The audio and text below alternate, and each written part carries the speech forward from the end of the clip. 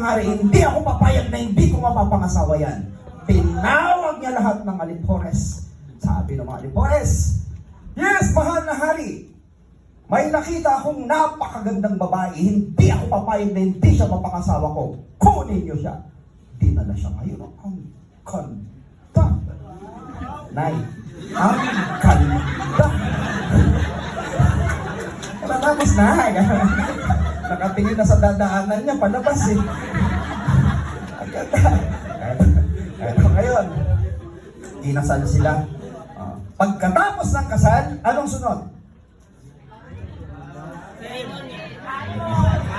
Pagkatapos lang ng kasal, honeymoon agad?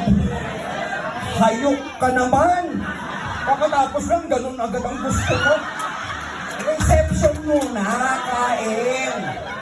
Ambos sa imong lubot, oy! Reception, masaya. Pagkatapos ng reception, syempre, yung hari, gigil ng gigil, di ba? Okay, naligo na yung reyna, tapos nagdim na yung ilaw, naligo na rin yung hari, nung pumasok siya, binuksan yung kurtina. Gigil na gigil yung hari, sabi niya, ganda ng aking reyna. Yung reyna, nakaantay doon. Ito ngayon yung hari, tumalon sa ibabaw ng higaan.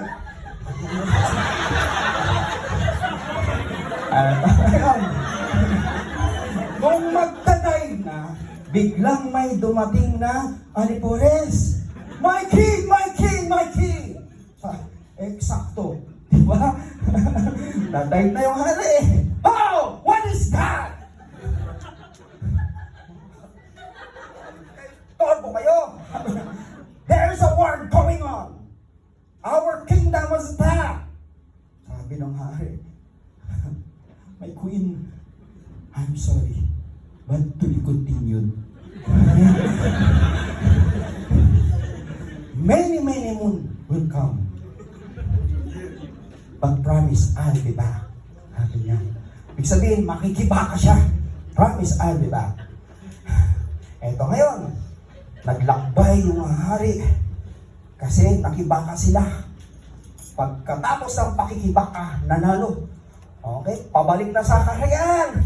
Gigil na gigil yung hari. Diba? Pagpasok sa kwarto, where's my queen? Nakita niya doon. Oh! Gigil na gigil. Gigil na gigil. Kasi ilang buwan na yung lumipas. Okay, eto ngayon. Nagulat siya kasi yung reyna buntis. Sabi ng hari, many moon come. I did not come. How come? Sabi ng reyna, many moon come. You know come. Somebody come. That's why baby come.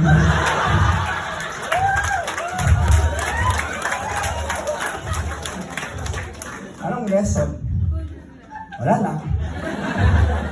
Ito yung lesson. Minsan yung opportunity nandyan na. Pero hindi natin ginagrab. Diba? Andyan na yung opportunity. Pero ang dami mong pang iisip, ang dami mong pinaprioritize. Make sense? Nandito ka na sa global eh. You found the opportunity. Ano pang inaantay mo? Ano pang inaaksaya mo?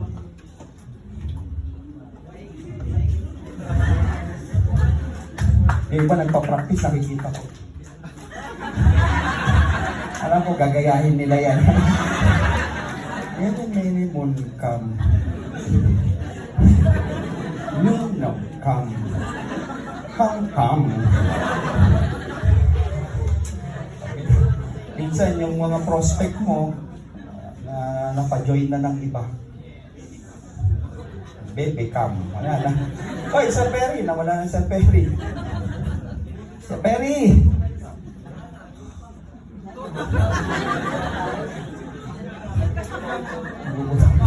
How come? How come? Baby come. Ka naman kwento, Sir Perry. Ay, doon ka na. Many moon come. You know come? How come? Ate ka mo. Okay na yun. Cup may become. Okay, sige. Last kwento. Ayan. Last na training ko na tong 20. There is a girl, 45 years old na.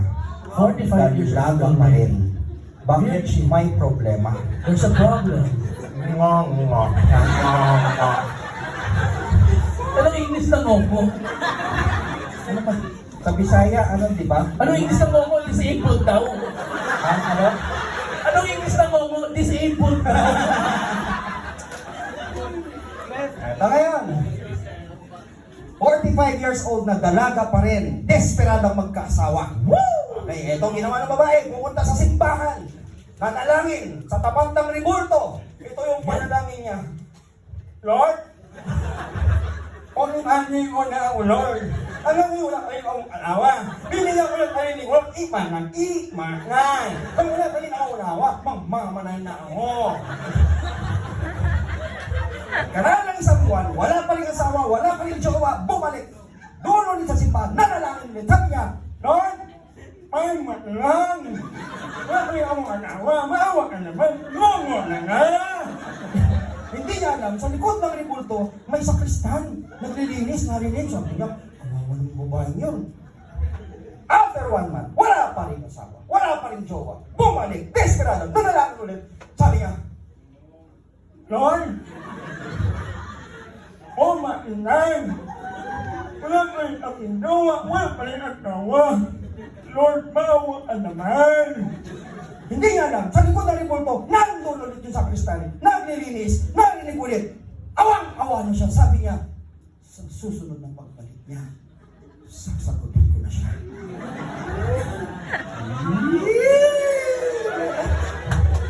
Lumipas ang isang buwan, wala pa rin asawa, wala pa rin jowa, desperada, bumalik, nanalangin ulit. Sabi niya, Lord,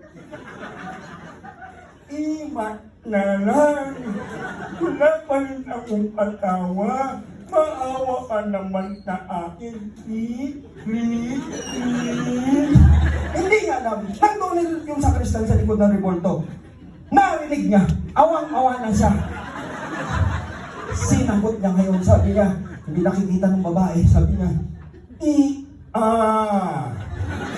wag ka mag-alala, ni ka na iha, ngongo ni pala. Sabi ng babae, Kurt, ngongo ka din? Alam na, sa story. Minsan, nililimitahan lang natin sarili natin. Bibigyan ko lang ng 6 na buwan to. Pag hindi pa rin ako naging successful, mag-quit na lang ako. Imbis na i-goal mo kung kailan ka magsasucceed, ang ginugol mo, hindi ko alam sa'yo, walang yaka kung kailan ka mag-quit.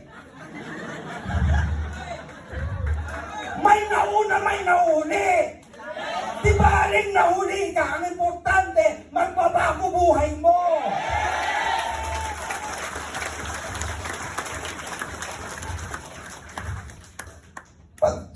Ayos, parang remote control. Pag bumabiyahe ka, hindi lahat ng daraanan mong smooth road. Minsan may lubak-lubak din. May butas-butas. Tingnan mo yung katabi mo. Mukha pa lang may butas-butas na, di ba? Ngayon, pag may lubak, o kung hindi ka driver, ano ang na-observe nyo sa mga driver? Pag may lubak, dahan-dahan o iiwas. Pwedeng bumagal, pero hindi ka mag-u-turn. Kasi kung mag-u-turn ka, hindi mo mararating pangarap mo.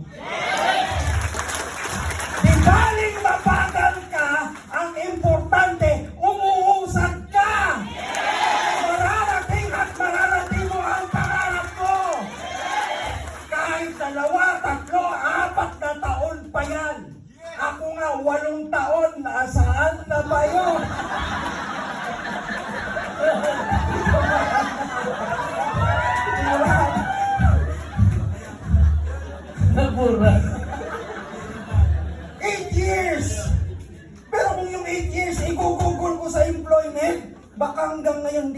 mayaman. Baka hanggang ngayon hindi tayo magkakakilala.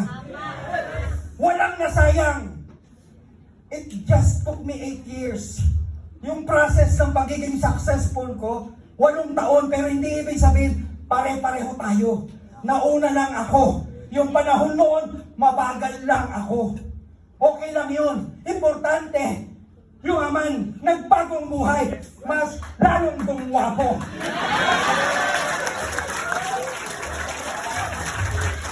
Kaya ikaw, huwag kang maluming-luming. Umaraw ka! Tataw lang! Ikaw naman ang magdidictate eh, kung kailan yan eh.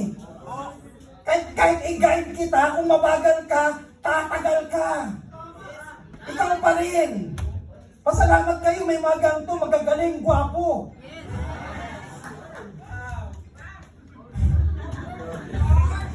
Whew! Sheesh!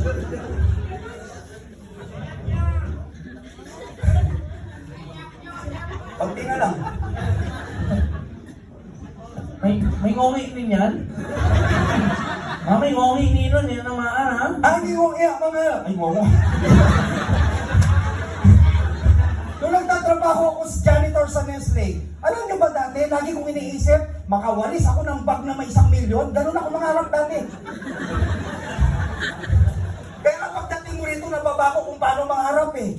Iniisip ko kailan ba ako kita na 1 milyon nung nagtatrabaho ako, ang sweldo ko, 8,000 kada buwan. It would take me 12 long years kumita ng 1 milyon pag kumikita ko ng 8,000 kada buwan. Ulitin ko ha, para kumita ng 1 milyon, kailangan ko 12 taon. Magtatrabaho pag ang sweldo ko 8,000 kada buwan. Yun ay kung hindi ko gagastusin. Hindi ba babayad ng kuryente, tubig, pagkain, pamasahe, itatabi ko na yan lahat. Worse, hindi ko mahawak, bawas na. Tax, SS, PhilHealth, pag-ibig! At the end of the day, magkano na lang? 12 years. 29 years na ako dito. Ilang milyon na ba ang kinita ko?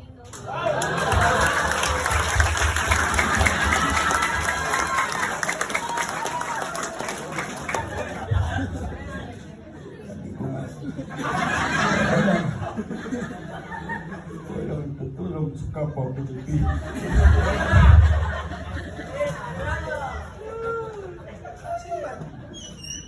Pangasan niya, wala pa sa 8 years.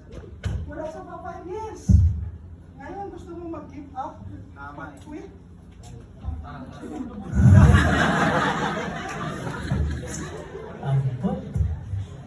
Kung pipiliin ako, ulitin ko, at ahakin ko pa rin yan, gustuin ko. Because it's a story. It's your story. It's Bong Aspirin's story.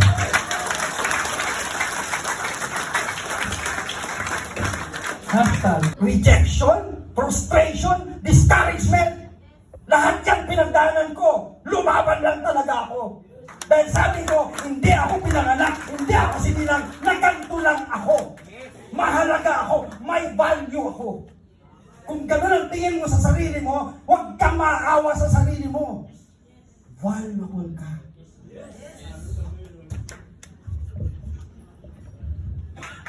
Mga kaklase ko, dati, pinagtatawanan ako.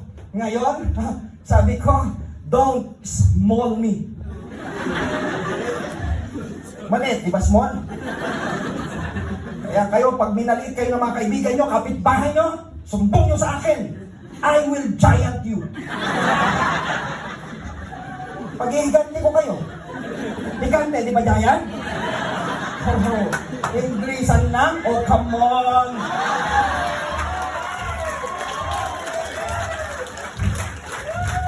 Kahit anong pagbamalit nila sa akin, I'm not care.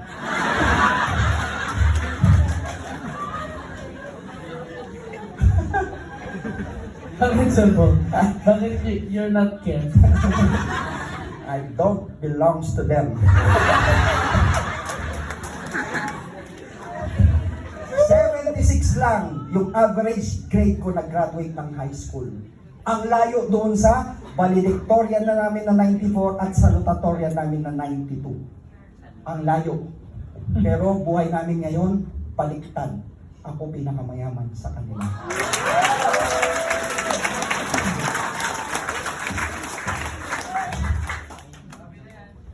Sir po, tandaan nila, 76 man yan.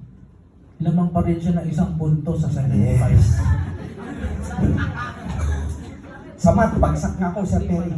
Lalo sa algebra, bumagsak ako. Oo. Pumasa lang ako, binayaran ko teacher ko under the table. Totoo yun.